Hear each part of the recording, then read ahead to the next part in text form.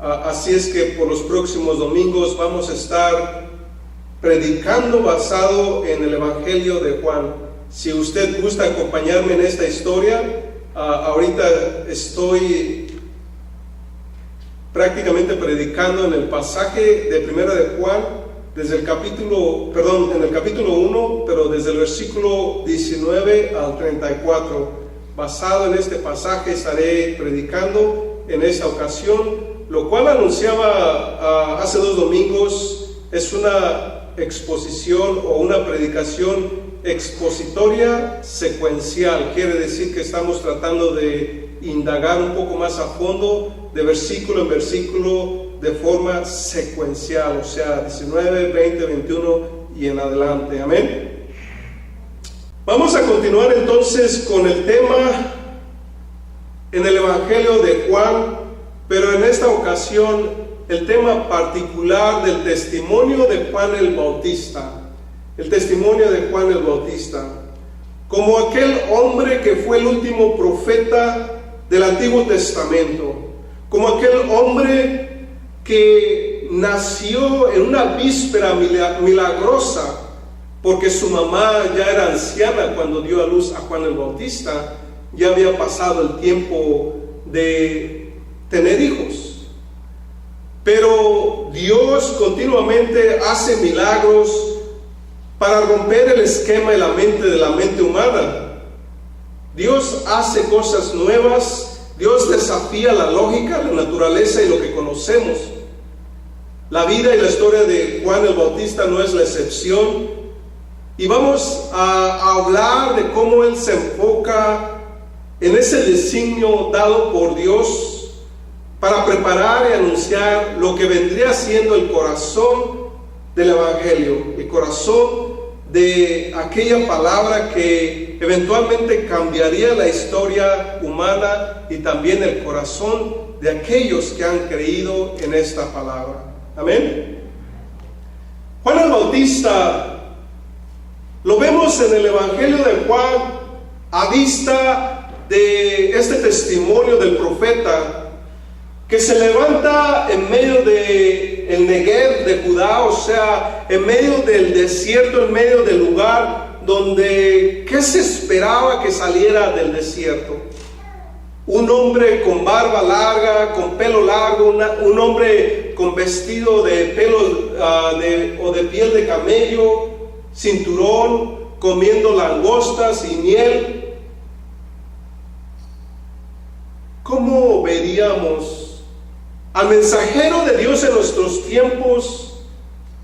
Como en alguna ocasión lo decía yendo a un campamento juvenil a mis jóvenes que tenían aquellos días, aquel grupo, y les decía: si Dios estuviera en medio de nosotros a través de un vagabundo, a través de una persona no bien vestida, a través de una persona que luce incluso como de la calle, ¿cómo trataríamos a un Dios materializado, corporalizado de esa forma? Y en el silencio de los jóvenes y en su crecimiento notaban que realmente no sabían distinguir. E irónicamente, 15 minutos después de haberle dicho estas palabras, nos encontramos a un vagabundo pidiendo por dinero a la entrada del campamento, y algunos de los jóvenes hicieron comentarios no agradables sobre este vagabundo. ¿Y cuál fue la sorpresa? Que cuando tuvimos el primer tema en este campamento que duraba una semana, pasa al altar ese vagabundo diciendo que era el vocero principal de todo el campamento.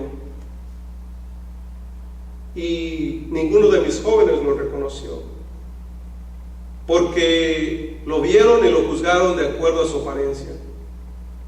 Juan el Bautista no era diferente a esta situación, porque se levantó en medio de la nada en el desierto, se levantó con una ropa que no era común en su tiempo. Era común como parte de la Academia de los Profetas que por allá siglos anterior comenzó a levantar el profeta Samuel. pero que solamente los cultos y los estudiosos en el Torah, en la ley de Dios, iban a entender que era como si fuese el uniforme de los profetas genuinos y reconocidos por Dios. Juan el Bautista es aquel que conmovió a toda una nación, a toda una religión, que tenía una voz autoritaria, que hablaba con poder, que conmovía a las multitudes. Él no se paraba en el templo ni en las plazas principales de Jerusalén, sino él estuvo a un lado del Jordán.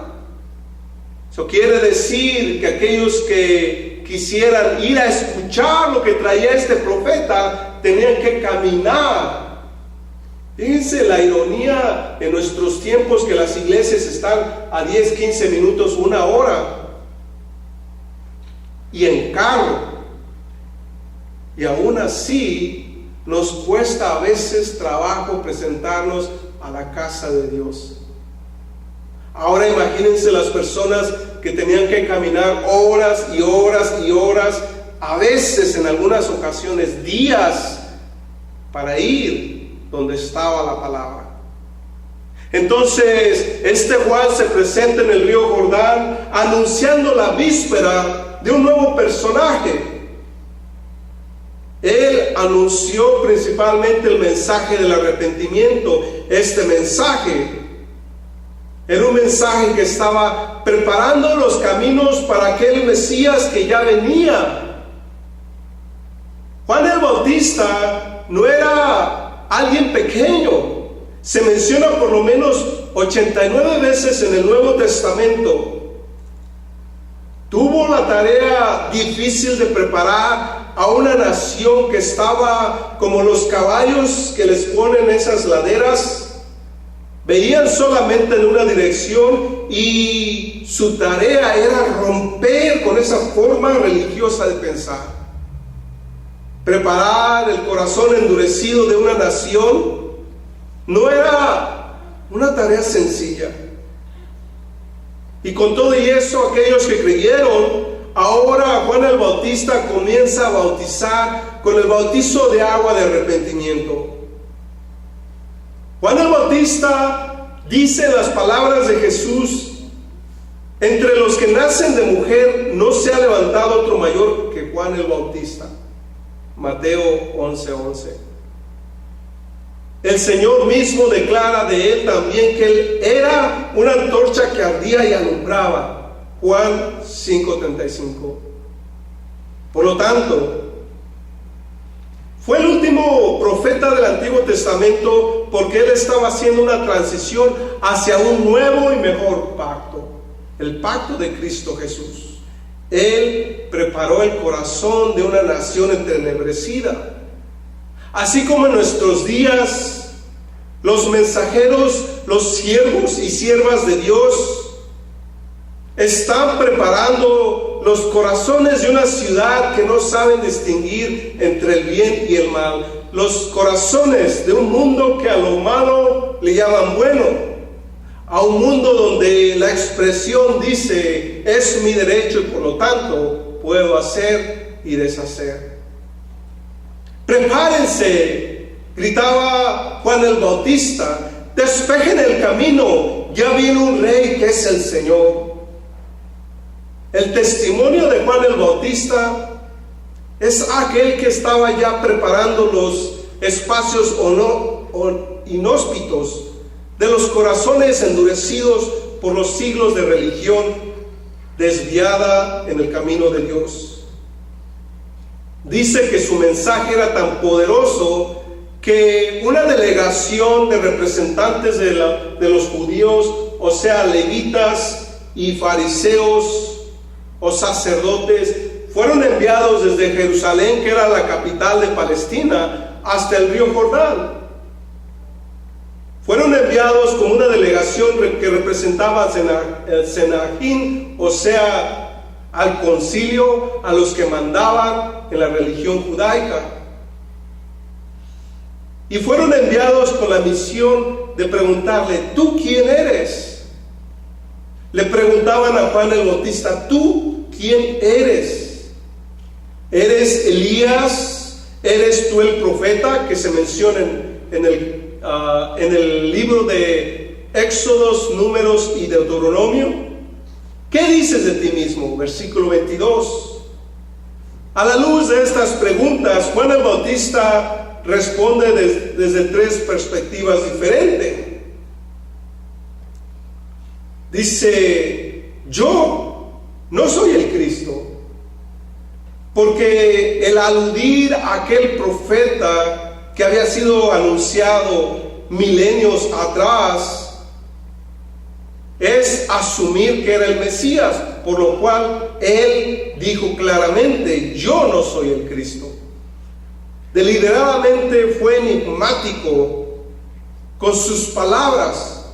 ¿Y por qué respondió de una forma no tan clara? Porque también le preguntan: ¿eres tú Elías? Y tampoco era una asunción absurda. Recordemos que los religiosos de ese entonces sabían la palabra de Dios de cabo a rabo, sabían la palabra de Dios de pasta a pasta. A los 12 años ellos ya se sabían el Torá, los 5 libros. No es poca cosa saberse 5 libros gruesos, memorizárselos. Los que llegaban a ser maestros de la ley sabían todo el Antiguo Testamento de memoria, lo cual hoy en nuestros días, si hay en la iglesia alguien que se memorice los 10 mandamientos, gloria a Dios. Pero en nuestros días la escasez del deseo de aprender la palabra de Dios nos lleva a tales extremos que aún ni los 10 mandamientos no sabemos. La escasez de la palabra de Dios nos lleva a tales extremos que ni siquiera a veces sabemos los 2 mandamientos más importantes de la Biblia. Pero estos religiosos en los tiempos de Jesucristo sabían de memoria toda la palabra de Dios.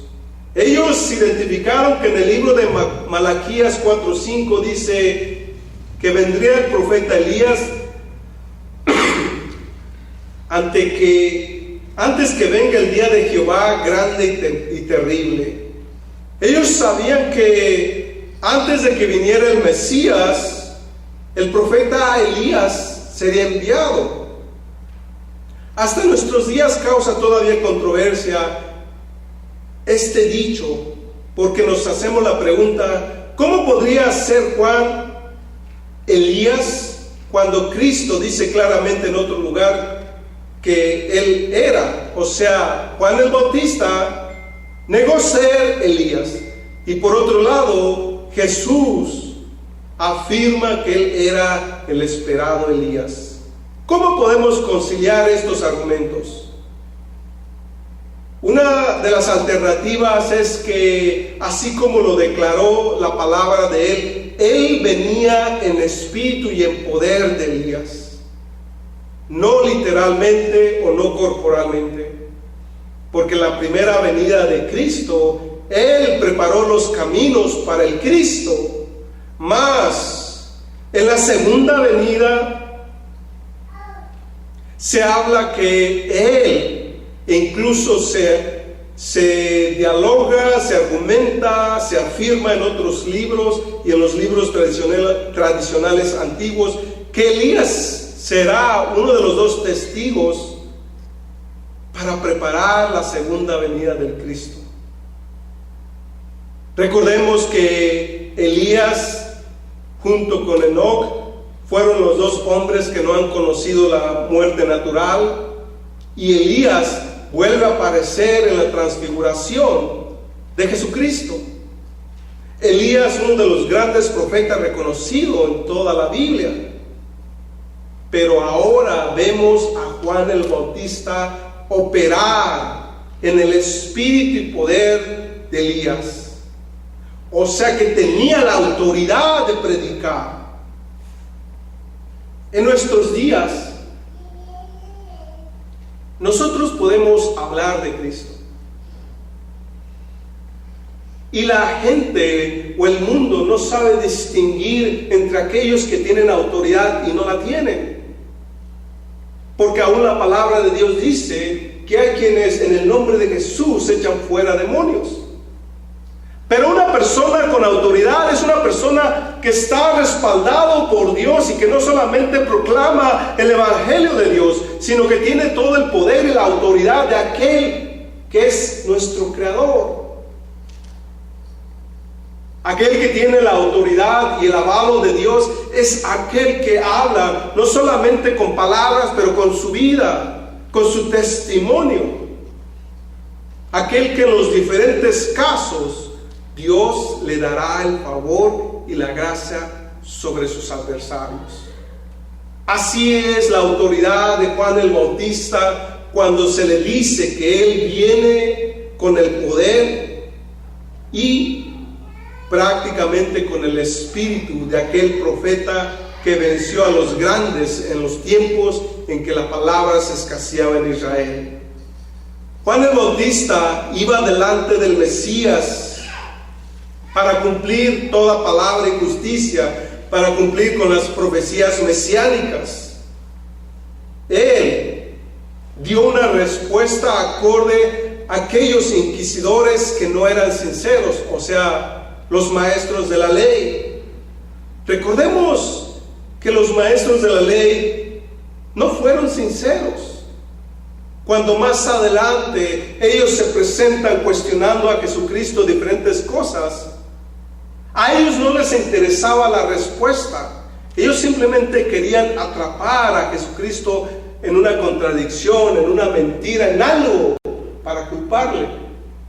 Y que de la misma forma estaban cuestionando a Juan el Bautista, pero con un corazón contaminado de pecado. Así es que Dios sabe los corazones, y por eso en Mateo 3, 7 al 8 dice: al ver que muchos de los fariseos y de los saduceos venían a su bautismo, les decía: generación de víboras, ¿quién les ha enseñado a huir de la ira venidera? Hagan pues frutos dignos de arrepentimiento. Juan el Bautista los reprende porque sabía que no había sinceridad en sus palabras. Él, por otro lado, afirma: yo soy la voz de uno que clama en el desierto, enderezad el camino del Señor, como dijo el profeta Isaías. Aquí el profeta Juan está citando una de las citas mesiánicas predichas desde los tiempos de Isaías, o sea, unos 7 siglos antes de la llegada de Cristo. Juan el apóstol resumió entonces las palabras de Juan el Bautista en primero, que Juan el Bautista dijo sobre Jesús en el versículo 15 que Jesús es eterno. Su preexistencia antes que yo, Él fue, Él era, Él es. Que Jesucristo nos revela a Dios. En su esencia, escuche bien esto, en su esencia Dios es invisible porque Dios es espíritu. Primera de Timoteo 1:17. El hombre solamente puede ver a Dios a través de su naturaleza, a través de su creación, a través de sus obras, a través de la historia. Pero no puede ver la esencia de Dios mismo. Sin embargo, aquí Juan el Bautista está mostrando a Jesucristo, y a través de Jesucristo, Jesucristo nos está revelando a Dios Padre. Porque dice la Escritura en Colosenses 1:15 que Él es la imagen del Dios invisible. Él es la imagen del Dios invisible, la imagen misma de su sustancia. Hebreos 1:3. Él nos ha dado a conocer al Padre. Jesús es aquel Dios, el Verbo encarnado, aquel que se manifiesta en los corazones. Dios habla a su pueblo de múltiples formas, pero de la forma principal que Dios Padre se revela a la gente, al mundo, a nosotros, es a través de Cristo Jesús. Por eso, alguien que no tenga a Cristo Jesús en su corazón es alguien que no tiene al Espíritu de Dios, es alguien que no ha nacido de nuevo, es alguien que no conoce a Dios Padre. El comentarista Lightfoot dice que aún los maestros de la ley, ellos entendieron también otras de las profecías en el libro de Ezequiel, específicamente 36:25, que dice: esparciré sobre ustedes agua limpia y serán limpiados. Hacemos la pregunta pues, ¿por qué bautizas si tú no eres el Cristo, ni Elías, ni el profeta? Los maestros de la ley no se oponían al bautizo, sino más bien cuestionaban la autoridad de hacerlo. Y aquí, entrando en los siguientes versículos que habla sobre el bautizo, vamos a construir un contexto. Para la época de Juan el Bautista ya habla del bautizo, pero no vemos en otros lados de la Biblia el término del bautismo. Sin embargo, aquí vamos a hablar un poquito de historia. En la arqueología, donde se han encontrado en la zona cerca del Mar Muerto, en las cuevas, los rollos del Mar Muerto, así se le llaman, o sea, las copias más antiguas de la Biblia, que han afirmado la exactitud de lo que es la palabra de Dios. Había una secta de los judíos que se llamaban los esenios, y ellos se aislaron. Por eso algunos expertos creen que Juan el Bautista era parte de los esenios, porque él salió del desierto. En el concepto de que los más religiosos querían estar alejados del mundo, de la civilización, para no estar viviendo en medio de los pecadores, para alejarse de las tentaciones, y los esenios eran uno de ellos. Ellos construyeron comunidades, y en estas comunidades, en la arqueología, se halló como piletas donde bautizaban a los nuevos adeptos, o sea, a los nuevos miembros de los esenios. Parte de lo que aún hasta nuestros tiempos hace la iglesia cuando un nuevo creyente ha creído en el don y la gracia de Dios y dan evidencia y lo declaran ante Dios, ante la iglesia, se bautizan por agua, porque el agua es símbolo de purificación, pero también es símbolo de que está uniéndose a la iglesia de Cristo. Pero ahora vamos a indagar un poco más, porque aunque el bautizo para los judíos y en estos pasajes no era algo nuevo, no era algo extraño, era algo a lo cual los judíos sabían y conocían. Por eso Juan el Bautista practica como un rito espiritual para representar lo que ocurría espiritualmente: el arrepentimiento de sus pecados, el cambio y la conversión a través de una purificación en agua. Juan el Bautista bautizaba para estos cambios a través de este bautizo en agua. No nuevo. Entonces ahora vemos que también hasta el día de hoy nosotros continuamos haciendo lo mismo. Y aún él mismo, de alguna u de otra forma, estaba simbolizando, como dice el apóstol Pablo, todo lo que pasó en el antiguo pacto. Eran como sombras de lo mejor y más bueno que habría de venir. Juan el Bautista da una transición del antiguo pacto hacia un nuevo pacto que venía a través de la persona de Cristo Jesús. ¿Para qué apareció Juan? ¿Por qué su aparición tan dramática? ¿Cuál fue su propósito? Tengo en pantalla algunas de las respuestas a estas preguntas. En primero, para anunciar la misión de Jesús. Para anunciar la misión de Jesús. Segundo, para anunciar la eternidad de Jesús. Tercero, para manifestar a Jesús ante Israel, darlo a conocer, afirmar y ratificar quién era el Mesías. Y cuarto, para anunciar el ministerio de Jesús. Y finalmente, también para revelar que Jesús es el Hijo de Dios. Antes de proseguir en la misión que da Juan el Bautista y que va anunciando y preparando el camino del Mesías, él hace una expresión que hasta el día de hoy lo veo en muchos lugares, libros, autores, líderes. Y se habla del bautizo de agua como la máxima expresión de fe.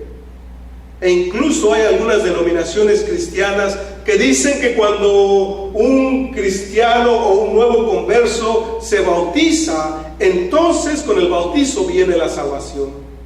La iglesia tradicional argumenta que cuando un bebé se bautiza ya es salvo, pero no es bíblico. Todos aquellos que han escudriñado la palabra de Dios, se requiere de arrepentimiento para que venga salvación. Se requiere de confianza en el Hijo unigénito de Dios para que venga salvación. Y ahora entonces el bautismo en agua representa esa convicción espiritual. Pero ahora Juan el Bautista está llevando esto a otro nivel, porque dice: después de mí vendrá otro, quien bautizará en agua y en espíritu. Quien bautizará en agua y en espíritu. Ahora quiero dar introducción a un segundo bautismo, el bautismo del Espíritu Santo. El bautismo del Espíritu Santo, donde entramos en un área que nadie, escuche bien esto, ningún ser humano puede encajonar la obra de Dios en una doctrina. Porque el bautismo del Espíritu Santo en algunas personas se da incluso antes de llegar al bautizo en agua. En otras personas se da durante el bautizo en agua, pero muchas otras, conforme van creciendo, arrepintiéndose, cambiando, transformando su vida, sus corazones, el bautizo del Espíritu Santo se manifiesta en los creyentes. Ningún pastor puede determinar ni decidir la hora o el día en que una persona se va a bautizar en el Espíritu de Dios. Allí, literalmente allí, es Dios quien califica a una persona cuando un creyente es bautizado en el Espíritu de Dios. Ahora verdaderamente Dios está ratificando y afirmando que aquel creyente está siendo parte de la iglesia, de la eclesía de Dios, no la establecida por el ser humano, sino la establecida por Cristo Jesús. Aquella iglesia invisible, aquella iglesia divina, aquella iglesia que supera el espacio y el tiempo. Y es Dios quien decide aquellos que están listos. Es Dios quien decide a aquellos que han creído verdaderamente. Porque sé de antemano que hay muchos cristianos o cristianas que no han experimentado el bautizo del Espíritu Santo. No estoy hablando que no tengan el Espíritu de Dios. Estoy hablando de ese bautismo en fuego que distingue, que hace de forma indescriptible, y que aquel o aquella que lo vive sabe que es de Dios. No hay más duda, porque la plena confianza y en su relación de esa persona y Dios son estrechas. Entonces, el bautizo que Juan el Bautista está anunciando con la llegada de Jesús es la máxima expresión de amor. Y una de las evidencias más grandes, cuando una persona es sellada, cuando una persona tiene el Espíritu de Dios, cuando una persona ahora es sumergida en las aguas de Dios, no hay duda que tú le perteneces a Dios. Amén. Entonces, la tarea y el reto para la iglesia de Cristo es que todos, en algún momento u otro, podamos vivir el bautismo del Espíritu Santo, el bautismo de fuego. Si todavía alguien no ha pasado por el bautismo de agua, simboliza que esa persona todavía está en proceso de crecimiento, porque el bautizo en agua simboliza la muerte y la resurrección de Cristo Jesús en la vida de esa persona. Entre más vamos creciendo, Dios nos va dando más y más y más. No hay límites, más los límites establecidos por cada uno de nosotros está en la convicción. Algunos nos quedaremos con lo poquito que hemos entendido por décadas, otros por el resto de nuestra vida, y otros estarán buscando más y más de Dios, porque Dios tiene y tiene sin límites y sin medida, pero está en la responsabilidad de cada uno de nosotros hasta dónde queremos llegar con Dios, hasta dónde queremos expresar nuestra confianza en Dios. Amén. Algo interesante que también se manifiesta en el Evangelio de Juan es los nombres asombrosos. Aquí este comentarista menciona 7 nombres como deja saber a Cristo Jesús. En el versículo 29 lo llama el Cordero de Dios. En el versículo 34 lo llama el Hijo de Dios. En el versículo 38 lo llama Rabí. En el versículo 41 lo llama Mesías. En el versículo 45 lo llama Jesús. En el versículo 49 lo llama Rey de Israel. Y en el versículo 51 lo llama el Hijo del Hombre. El Hijo del Hombre aparece 9 veces y lo reconoce como también Hijo de la humanidad. Jesús, en su expresión, en su naturaleza, 100% hombre, 100% Dios. Recordemos que el apóstol Juan habla a una audiencia donde se presentaba mucho la filosofía y el misticismo, porque los griegos habían influenciado mucho la cultura de esos días, y Juan está apelando: crean que Jesús no solamente fue un espíritu, ni tampoco fue un espíritu que se poseyó de un cuerpo. Jesús fue como cualquier otra persona en el aspecto en que fue una persona completa, con mente, cuerpo y espíritu, pero que también al mismo tiempo fue completamente Dios. El pueblo de Israel estaba entonces en la víspera esperando, porque las señales ya se habían manifestado. Incluso ellos habían contado que las 70 semanas que había profetizado Daniel habían llegado a su fin, y después de estas 70 semanas el Hijo de Dios se iba a manifestar. Por eso vienen a él y le preguntan: ¿eres tú el Cristo? Por eso vienen a él y le preguntan: ¿eres tú aquel profeta antiguo? Porque estaban esperando al Mesías. con todo y eso, su gran error es que esperaban a un rey en gloria, a alguien vestido de púrpura, con mantos largos y caros, con un caballo y con gente seguidora, llenos de espadas, de lanzas y de armas. Ellos esperaban a un Mesías de esa forma. De la misma forma, pensemos de esta forma. ¿Cuántas veces nos hemos hallado a Jesús en la calle y no lo hemos conocido?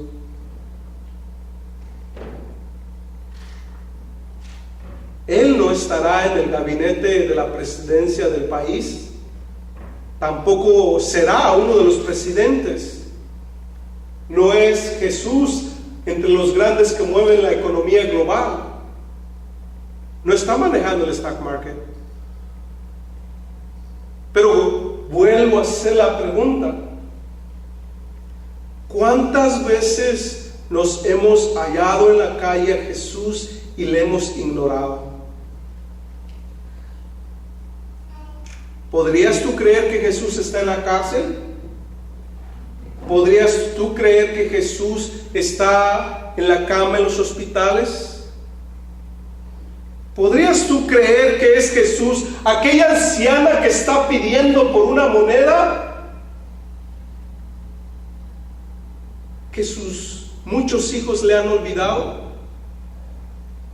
¿Aquel anciano que no tiene pies y está mendigando por un pedazo de pan? Si Jesús está en nuestros días, no lo vamos a conocer, porque dejamos que los hambrientos sigan teniendo hambre, que los sedientos sigan teniendo sed, los que están hospitalizados por meses están abandonados en la cárcel. Nadie los visita. Y tú te preguntarás: ¿y por qué dices eso? Porque en aquel día del juicio, cuando Jesús los reprende a los religiosos, les dice: porque tuve hambre y no me diste de comer, tuve sed y no me diste de beber, estuve desnudo, no me vestiste, estuve en la cárcel, no me visitaste. Si nosotros continuamos cometiendo el mismo error que cometieron los religiosos en los tiempos de Jesús, estamos condenados.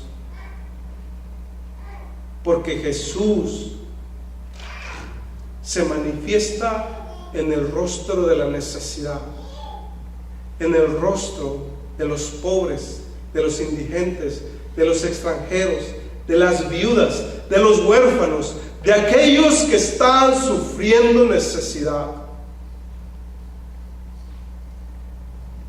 En sus días de Juan el Bautista, no le conocieron, no conocieron su visitación, no conocieron al Creador de los cielos y de la tierra.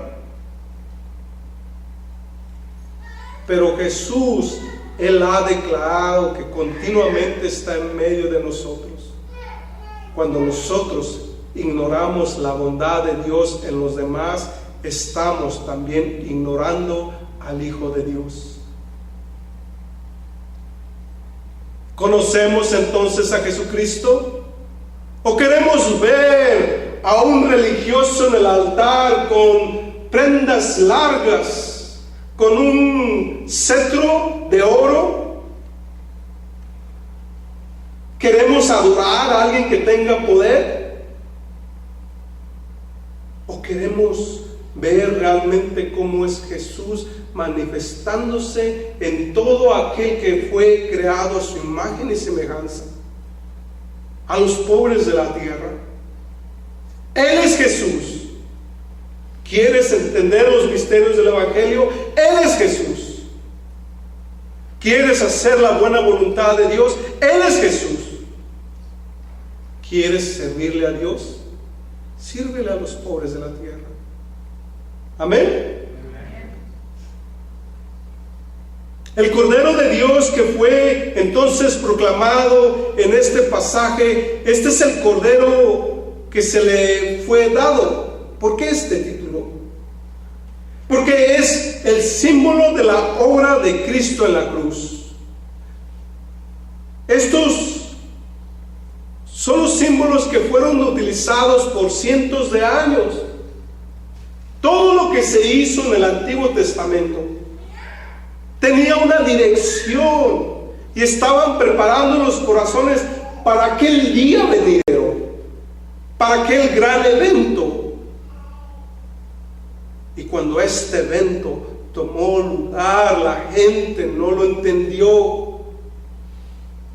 El Cordero de Dios que quita el pecado del mundo, recordemos que en el Antiguo Testamento se hacían sacrificios de animales y más animales, corderos, cabríos, palomas, porque solamente era para cubrir los pecados de la gente, cubrir los pecados de la gente, pero no podían quitar los pecados de la gente. Cuando Juan se cree que fue un día después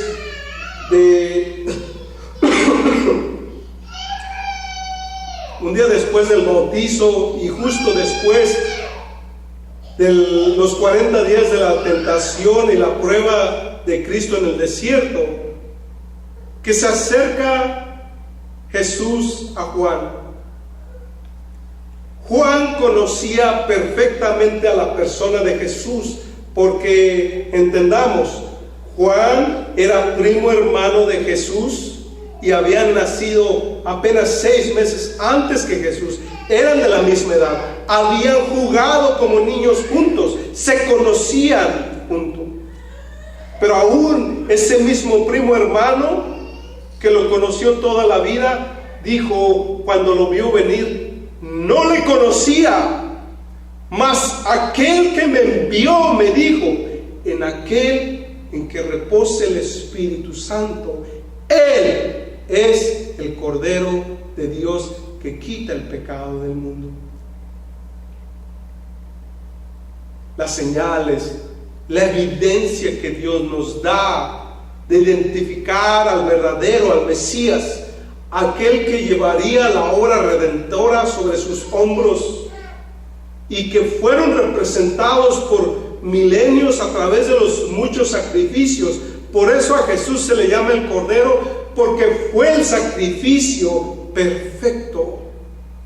Los sacrificios del antiguo pacto no limpiaban los pecados, ni purificaban la conciencia, solamente los cubrían. Pero ahora viene este Cordero a quitar el pecado universal de la humanidad. Aquel pecado que condena y que manda a la muerte a todos, pero que ahora, dice Juan, he aquí el Cordero que quita el pecado del mundo. De forma singular lo dicen los pecados, el pecado. Nosotros, para poder alcanzar un pedacito de gracia y de eternidad, es necesario confiar en el Cordero que quita el pecado del mundo. Sin Él no puede haber redención, sin Él no puede haber perdón de los pecados. Él es la esencia de los millares de sacrificios hechos a lo largo de los siglos.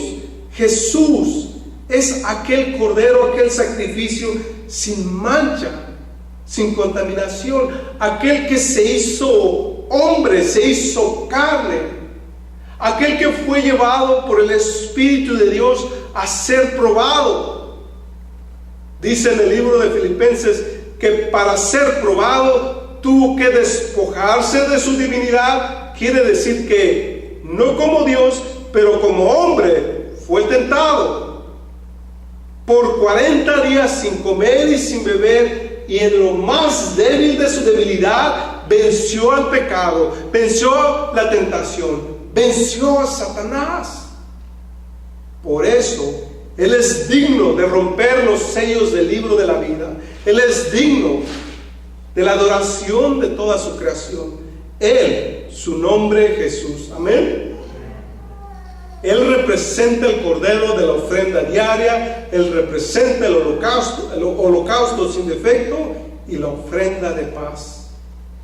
Esto es lo que hizo Jesús, el cordero que quita el pecado del mundo. Aún dice en la expresión que Él es el que quita, que Él es el que lleva, que Él es la carga.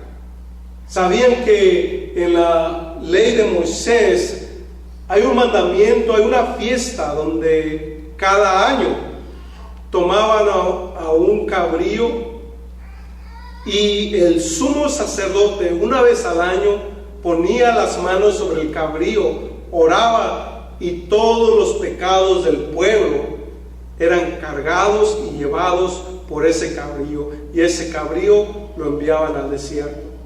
Jesús representa aquel que lleva, aquel que carga.